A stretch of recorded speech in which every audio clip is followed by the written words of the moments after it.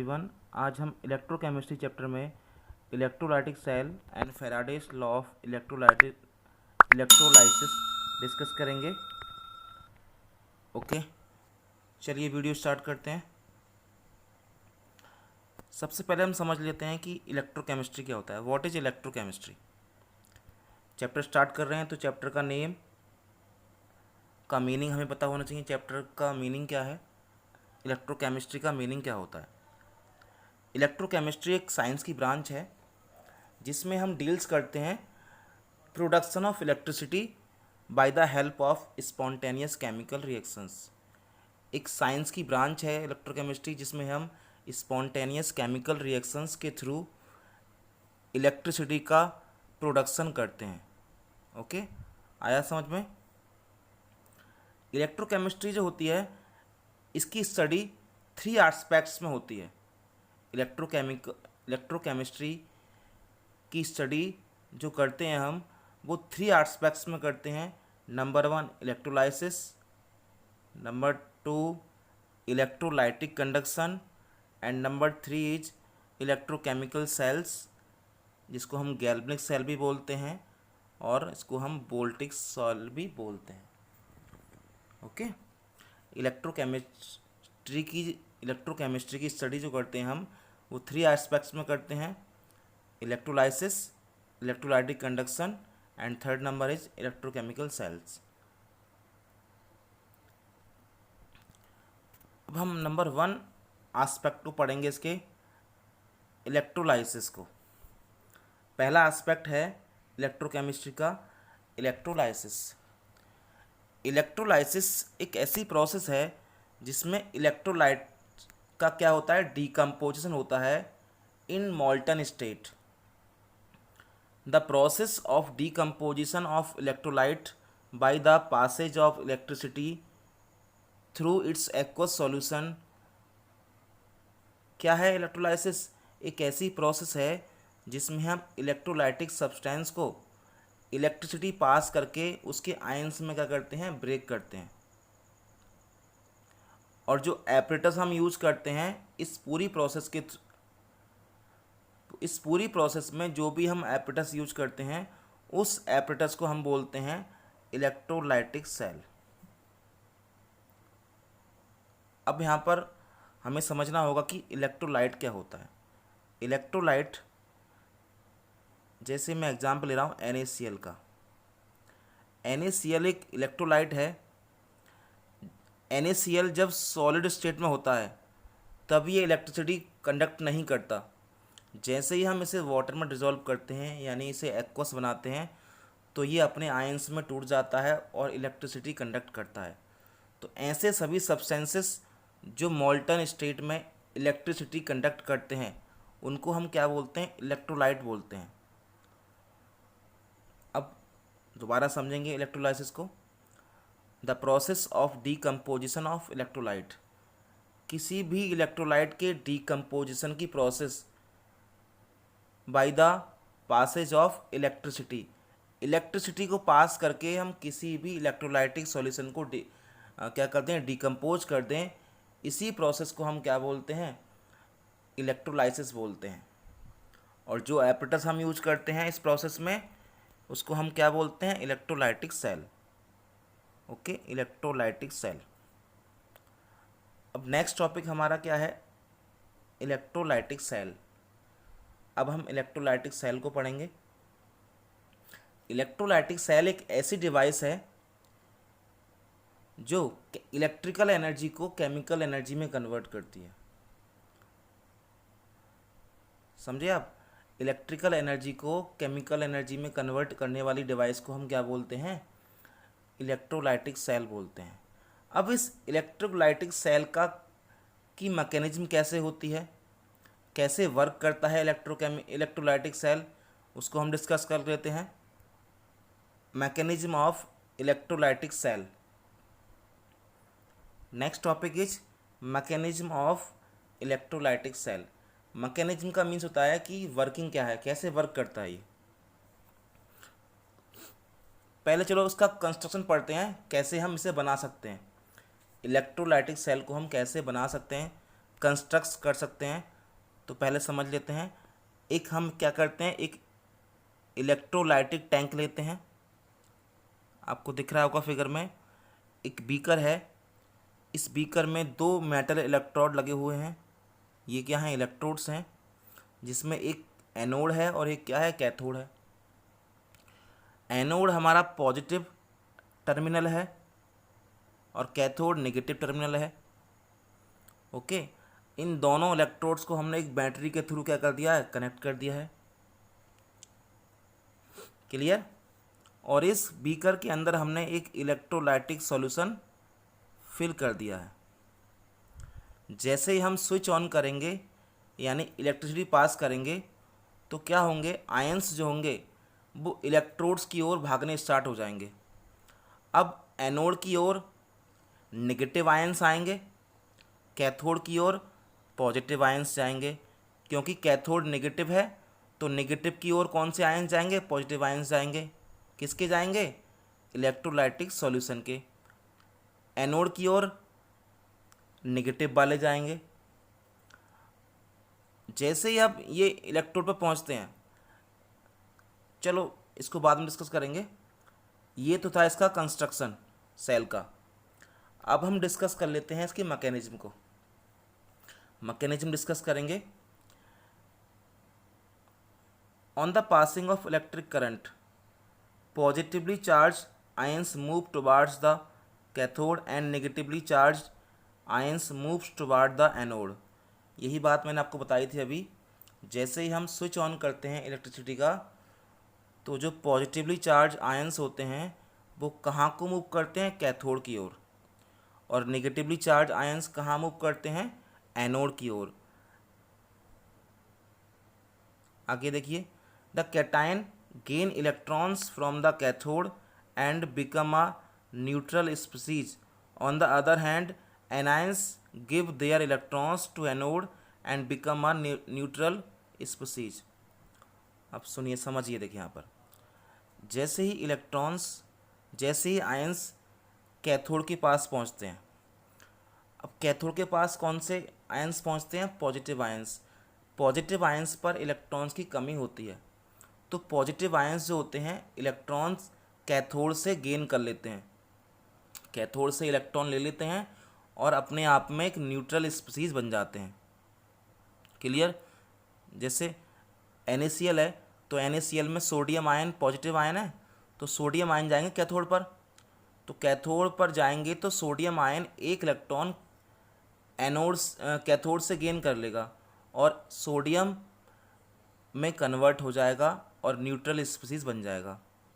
ऐसी other hand जो negatively charge anions हैं वो जब एनोड पर पहुंचते हैं तो वो अपना इलेक्ट्रॉन, जो एक्स्ट्रा इलेक्ट्रॉन के पास है, जो भी एक्स्ट्रा इलेक्ट्रॉन्स एनायंस के पास हैं, वो अपने एक्स्ट्रा इलेक्ट्रॉन्स को एनोड को दे देते हैं और न्यूट्रल स्पीसीज में कन्वर्ट हो जाते हैं।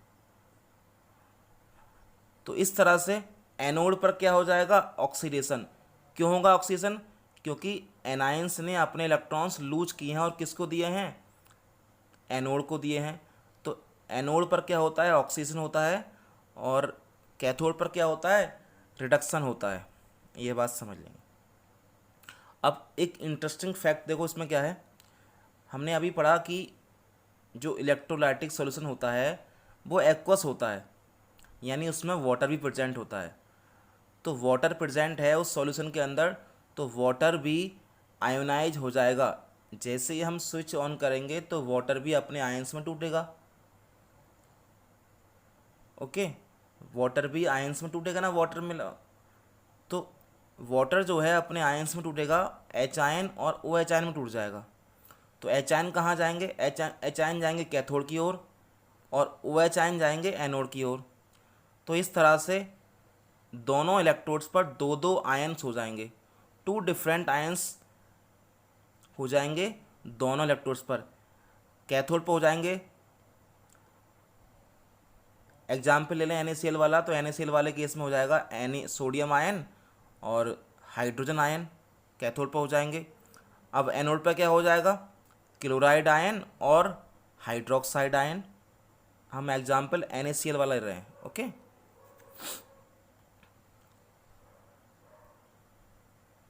देखिए नेक्स्ट आगे, H ions move towards cathode and OH ion move toward anode, ये तो मैंने बता दिया आपको। Now every electrode has two different ions which can be discharge. अब एवरी इलेक्ट्रोड पर दो आयंस, टू डिफरेंट आयंस हैं, और जो क्या होंगे, डिस्चार्ज होंगे। तो पहले डिस्चार्ज वो आयन होगा, पहले वो आयन डिस्चार्ज होगा जिसकी डिस्चार्जिंग पोटेंशियल कम होगा, जिसका डिस्चार्जिंग पोटेंशियल कम होता है वो आयन पहले डिस्चार्ज होता है। ओके, जैसे NaCl वाले केस में, NaCl वाले केस में क्या होगा, पहले बात करें एनोड की, तो एनोड पर क्लोराइड आयन और OH आयन होते हैं। तो क्लोराइड आयन का डिस्चार्ज पोटेंशियल कम होता है हाइड्रोक्साइड आयन से, इसी वजह से क्लोराइड एनोड पर क्लोरीन गैस बन जाती है। ऐसे ही आते हैं एनोड कैथोड पर सोडियम आयन और हाइड्रोजन आयन होते हैं। तो वहाँ पर हाइड्रोजन आयन का डिस्चार्ज पोटेंशियल सोडियम आयन से कम होता है, इसी वजह से कैथोड पर हाइड्रोजन गैस रिलीज होती है। ओके, अब इसका एग्जाम्पल हम ले लें, तो एग्जाम्पल मैंने समझा दिया आपको, electrolysis of molten NaCl। Okay, I think सभी को इलेक्ट्रोलाइसिस की मैकेनिज्म समझ में आ गई होगी। इलेक्ट्रोलाइसिस की हेल्प से हम इलेक्ट्रोलाइटिक सेल को समझ सकते हैं अच्छे से। अब इलेक्ट्रोलाइटिक सेल में एक चीज़ आप याद कर लें, LOAP, ये चीज़ आपको याद करनी है। लेफ्ट, L फॉर लेफ्ट है, O for oxidation. Left side में ऑक्सीडेशन होता है, और लेफ्ट साइड में क्या होता है, A फॉर एनोड होता है, और P फॉर होता है पॉजिटिव। यानी यहाँ चार बातें हमें याद करनी होंगी। ये लेफ्ट साइड ऑक्सीजन होता है, एनोड होता है, और पॉजिटिव होता है। ओके, नेक्स्ट टॉपिक है फैराडेस लॉ ऑफ इलेक्ट्रोलाइसिस। ये इसी टॉपिक का सब टॉपिक है, इलेक्ट्रोलाइसिस में ही चल रहा है अभी। माइकल फैराडे एक साइंटिस्ट थे, इन्होंने एक रिलेशनशिप दी थी, किस में दी थी,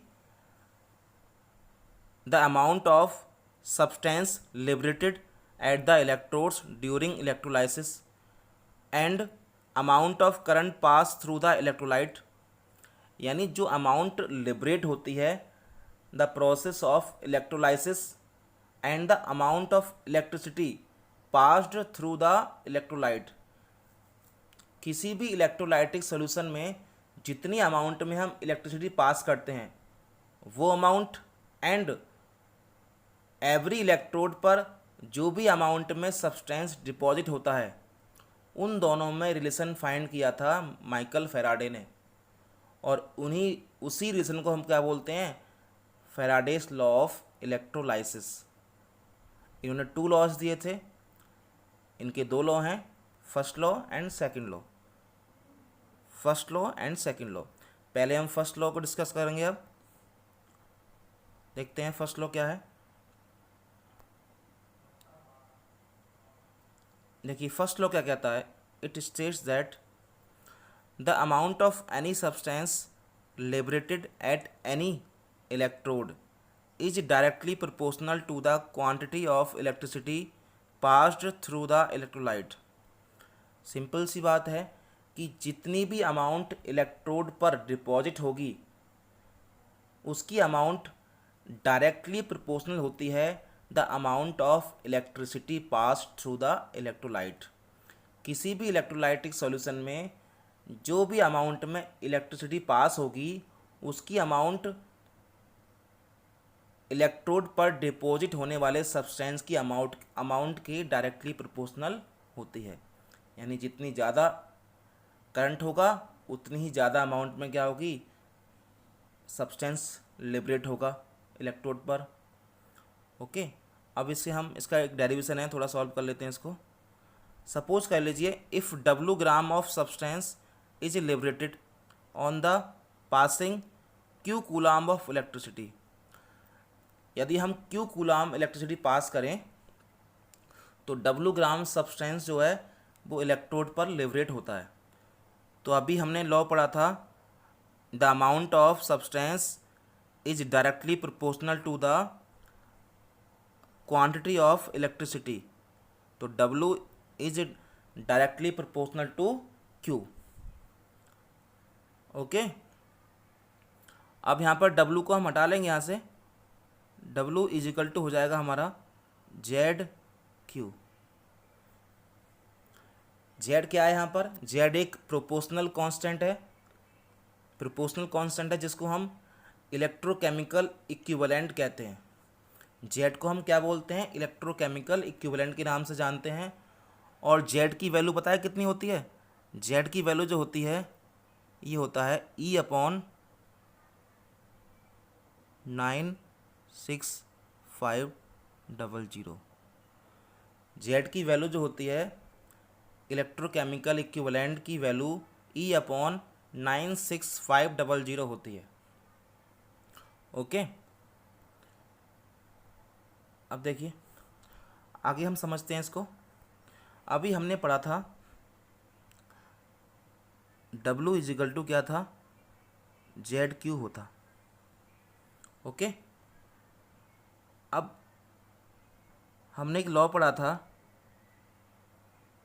10th फिजिक्स में है ये, कि Q इज इक्वल टू होता क्या है, Q इज इक्वल टू होता है IT, यानी करंट जो होता है, सॉरी चार्ज जो होता है वो करंट एंड टाइम के मल्टीप्लाई के इक्वल होता है। अब यहाँ पे हो जाएगा Z into I T. Okay, Q जो है, क्यू की वैल्यू हमने यहाँ पर आई टी लगा दी। अब यहाँ पर हमने अभी आपको एक फॉर्मूला बताया था जेड का, तो जेड की वैल्यू हम लगा देते हैं यहाँ पर। देखो डब्लू इज इक्वल टू हो जाएगा हमारा E/96500 इंटू आई टी, ये फॉर्मूला बना। Okay, according to first law of Faraday.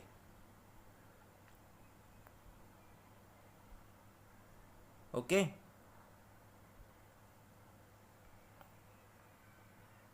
अब देखिए सपोज कर लीजिए Q जो है, अभी हमने Q जो है, Q को हमने 1 मान लिया, 1 कूलाम मान लिया।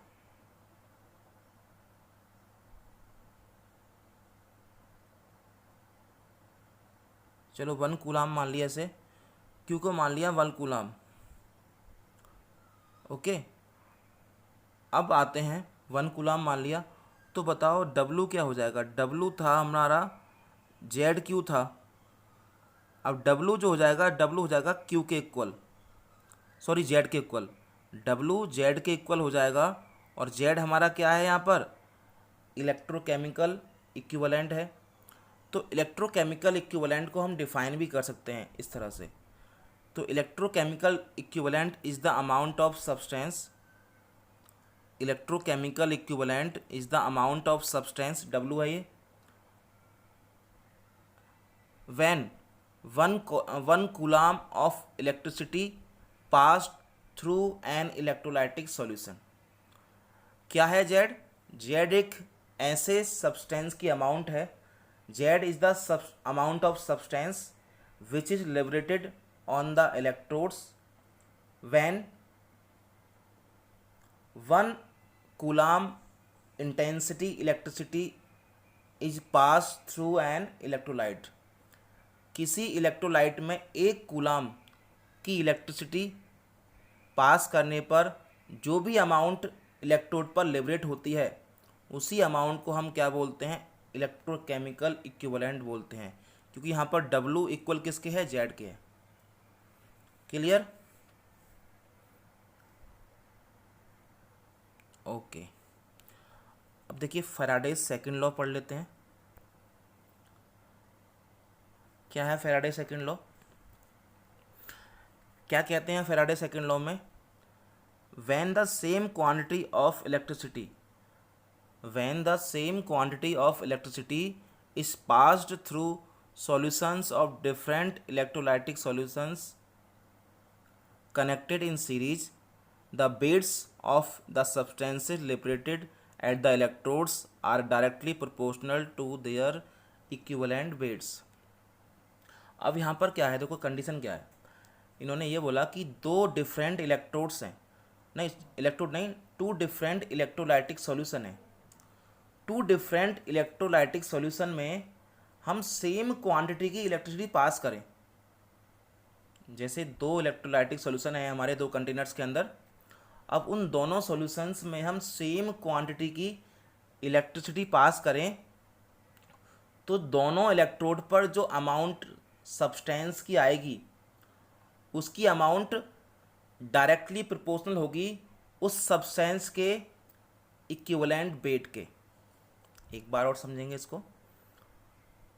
To different electrodes electrolytic solution present हैं, उन दोनों सॉल्यूशन में हमने सेम क्वांटिटी की इलेक्ट्रिसिटी पास की. तो जैसे ही हम इलेक्ट्रिसिटी पास करेंगे तो दोनों इलेक्ट्रोड्स पर क्या होगा, सब्सटेंस क्या होगा, डिपॉजिट होगा. तो उस सब्सटेंस की अमाउंट जो होगी, उन सब्सटेंस की अमाउंट उन सब्सटेंस के इक्विवेलेंट वेट्स के डायरेक्टली प्रोपोर्शनल होती है. क्लियर? एग्जाम्पल देख लेते हैं. देखिए इसका, for example AgNO3 and CuSO4. यहाँ पर टू डिफरेंट इलेक्ट्रोलाइटिक सॉल्यूशन है. AgNO3 भी सॉल्यूशन है इलेक्ट्रोलाइटिक और CuSO4 भी है. अब इन दोनों को हमने क्या कर दिया, कनेक्ट कर दिया सीरीज में. If the same quantity of electricity is passed, यदि हम सेम क्वांटिटी में इलेक्ट्रिसिटी पास करें तो क्या होगा, तो फॉर्मूला क्या बन जाएगा, wait of Ag liberated, wait of Ag liberated upon weight of copper deposit, या बोलते हैं लिबरेट एक बात है, लिबरेट लिख दें या डिपॉजिट लिख दें एक ही बात है, दोनों वर्ड एक ही हैं, equal to equivalent weight of Ag upon equivalent weight of copper. Okay,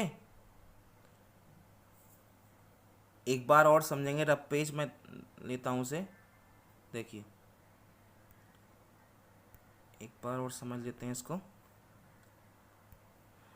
जैसे हमने दो इलेक्ट्रोलाइटिक सॉल्यूशन लिए, AgNO3 लिया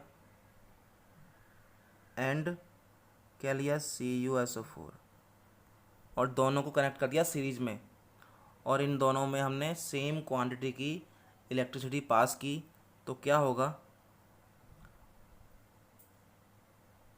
wait of Ag liberate upon weight of copper liberate equal to हो जाएगा equivalent weight of Ag upon equivalent weight of copper. देखो आपको सीधा दिख रहा है कि जो भी सब्सटेंस लिबरेट हुआ है उसकी अमाउंट उस सब्सटेंस के इक्विवेलेंट वेट के डायरेक्टली प्रोपोर्शनल है. देखो यहाँ पर Ag है तो Ag वाले केस में Ag का इक्विवेलेंट वेट के डायरेक्टली प्रोपोर्शनल, देखो ये वाला, ओके ये इसके डायरेक्टली प्रोपोर्शनल है. सिंपल सा लॉ है. आई होप सभी को दोनों लॉज और मैकेनिज्म ऑफ इलेक्ट्रोलाइटिक सेल अच्छे से समझ में आया होगा. Okay, thank you students.